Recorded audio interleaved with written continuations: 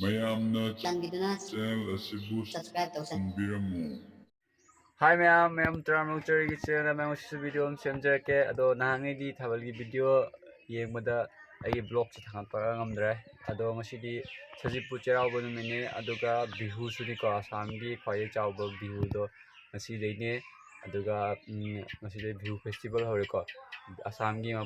mafam da bihu program tawgani khosi hojai da tawgani ba rongali bihu aina pa aduga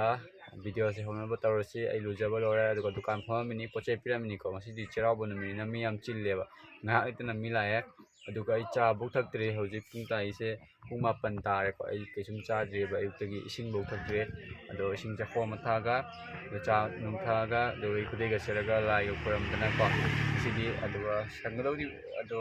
ya khandi hawsin am jore ta mayam si lere gi cha se ado cha ga se loi inge ko ado simaga charani aduga gi asidi sajipurina ayukta yam charoi ba ko horen dum charani ba pulap oina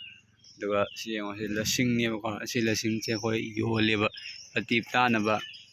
aduga mayam dukan se loi chakhare do loi chakhai leire table se loi chakhai solution da ya roi amuk ado mayam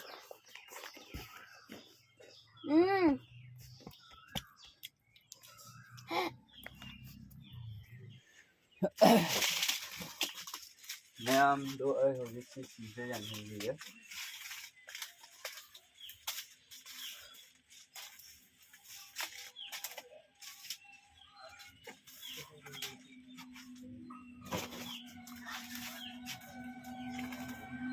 do ai table se lotion boloi jare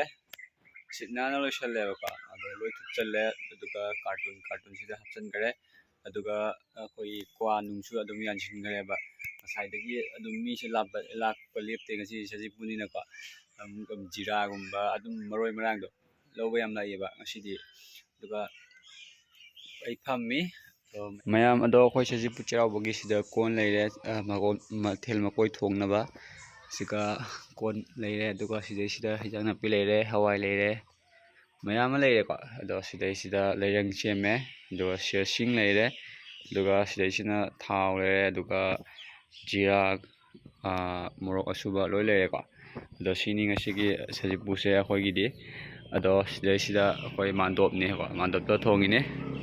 aduga si loraga mo khoi di bihu mu to yo ko asam na leibanina asam na leiba mite loina mak bihu to yo si loraga mu tan makal gi athumba gi heya taroga mu lekai da mu thinba chatnai ba ko khoi thangna ba jum aduga koiba lakpa mi adumba da pijay ba ko atithi lakpa singdo adu koiba su chatnai ba bihu dadi adoni mayam video se sine mayam siga khongrao amaga fuir amaga tingchalam ba ko do isuge aina tawi dukan phamna ada sapun leire ko aduga sida se fuir majale siga dukan leire si mayam do ji koi thong pathak pa solution jarae ji pung tara tasale ado ji koi lai khurambagi amuk mathang tawrani ado koi bothel su sidi tara mathoi tara ni thoi sure aduga mayam su cha wala koi mandop ta koi mayam kana honari ba ko ado dukan mi su lai chi chara ge phơi đi bao giờ nói rồi rồi làm lai ô tin lai ô không mang lai tin thang cái chân chân lai là sao mà lên thằng đá cái chân mi là sao oi अब तो हजी तो half और दी बने न जा रहे ना ra đây lai cái chân ra đây phơi rồi đó phơi chút rồi mà thiên tra mà thôi rồi yang ta pusala yang kalau saya ni de sabit ko dis mama ni sikit ta tora lagi mas bawa blog ah pin aku cái nào mà tani nó đâu có tani năng là smile am do ji ai haju ta man do chalup ta ngai ko amuk dukan mi la ata moida lo ni haina hore nung hin tan ho bagi ko hin badi tan honarani aduga lai kalani aduga gi lai kai su pirani aduga gi mi koi bu sulak do atithi rak do aduga pijarani adu mai tawe ba sidadi ado se ata leire ado haji moida on gi ge doi beson bora hona ba ado si akhoi na de ko mi customer lak pai ni dukan la ine je dukan de thop pau sang de ngasi ware ꯍꯨꯃꯥꯡ ꯁꯧꯔꯦ ꯃꯁꯥꯁꯦ ꯑꯗꯣ ꯑꯩ ꯑꯣꯟꯈꯤꯒꯦ ꯃꯌꯥꯝ ꯑꯩꯈꯣꯏ ꯕꯕꯤꯇꯥ ꯁꯔꯃ ꯋꯥꯏ ꯇꯩꯔꯤ ꯊꯣꯡꯒꯥꯟꯗ ꯆꯥꯛꯀꯠꯅꯕ ꯀꯣꯔꯣꯀꯣꯏ ꯇꯩꯕꯅꯦ ꯇꯨꯝ ꯄꯤꯛꯇ ꯇꯩꯕ꯭ꯔꯥ ꯈꯔ ꯆꯥꯎ ꯇꯩꯒꯗꯕꯅꯤ ꯄꯥꯛꯅ ꯇꯧꯅ ꯀꯣꯔꯣꯀꯣꯏ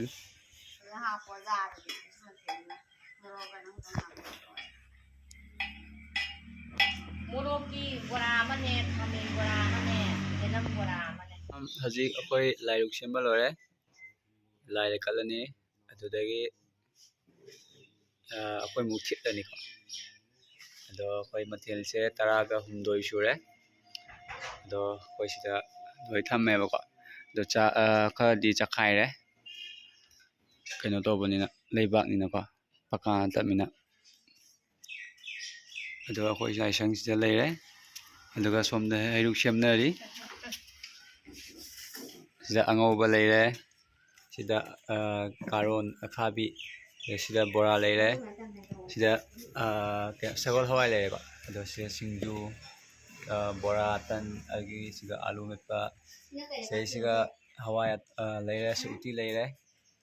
do gidi chambut chu le al leire ado mayam sine ado sida leire sida su leire keno chambut leire ko do sini mayam anda su leiri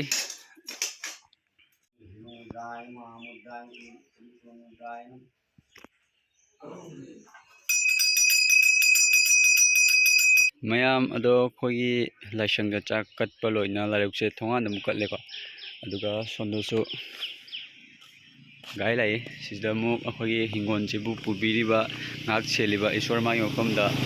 jesu katle aduga khoi imung du su katli mayam si aduga sida tulusi bong leire aduga sida senera thamjali si kino mang mayam sina akoi yumgi thongjinda asina akoi famang dane aduga flash thange aduga somdo su leire aduga asina akoi mite akoi gi chatnabi hai tare ko akoi ipudo event hogi mafamda katpane akoi yum asibu pubiriba ipudo event do makhoi mafamda katpani ko aduga akoi mite gi chatnabsidi akoi kawa yade lining tong alaga su akoi bhamon ojora su ka akoi na ngangi ba chali ba culture sidi akoi meitai na meitai gi traditional di koi kawa yade ko mapam matam khudi makta ado mayam sine mayam ado video se matang se losinjorage koi like from orabina koi muk mayam chaminarase ado koi lam lapna leresu lining tongalasu koi gora chacharaga su ka koi meitai gi isor lai koi chatna bidudi koi matam pumda kaujade ba ado ware mayam su kobi ganu ko meitai ama oraga meitai ngangba hitabdo adu tobi ganu meitai ngangba tambio